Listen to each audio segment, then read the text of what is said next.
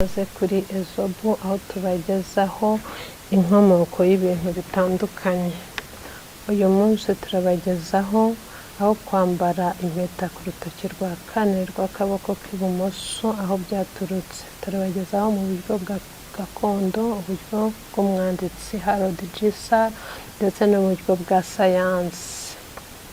Kwambara impeta y'ubukwe ku rutoki rwa kane rw'akaboko k'ibumoso, urwo benshi bita urutoki rukorana n'umutima.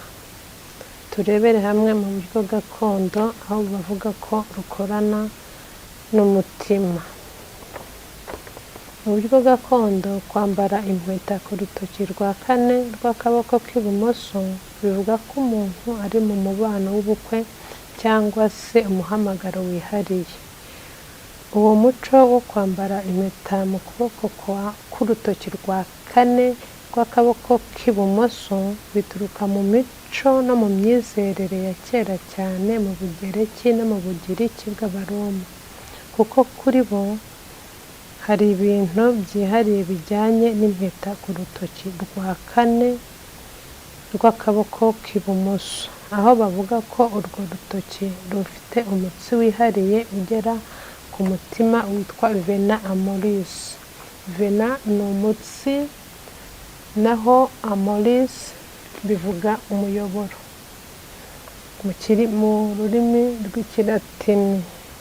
Bityo bakambara impeta ku rutoki rwa kane rw'ibumoso nk'umuyoboro w'urukundo ruturuka mu mutima, bikaba ikimenyetso cy'isezerano rikomeye, ubudahemuka n'ubumwe bw'abashakanye.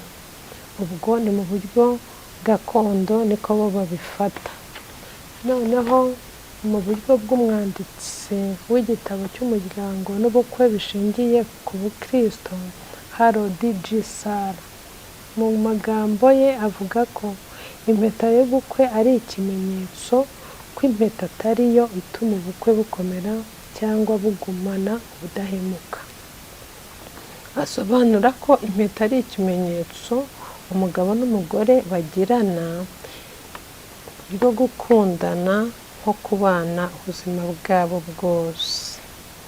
Uyu mwanditsi kandi RW'IBUMOSO ashimangira ko kwambara impeta ubwabyo bidatuma umuntu aba indahemuka. Umutima n'imyitwarire nibyo birinda isezerano. Ubukwe bushingiye ku ndangagaciro, urukundo, icyizere no kubaha Imana no kuganira we nibyo ahamya nk'isezerano.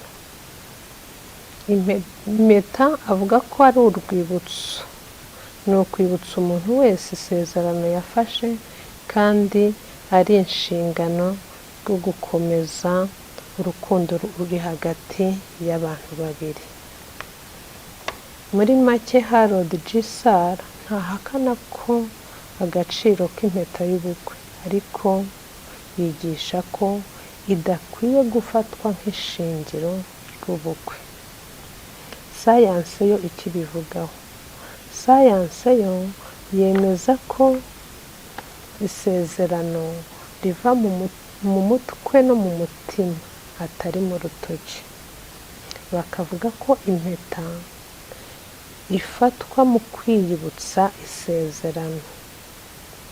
Bityo sayanse n'umwanditsi RW'IBUMOSO bakaba bahuriza hamwe ko abashakanye bashyira imbere gushyigikirana, icyizere, ubunyangamugayo, kumenya gukemura amakimbirane no kwiyemeza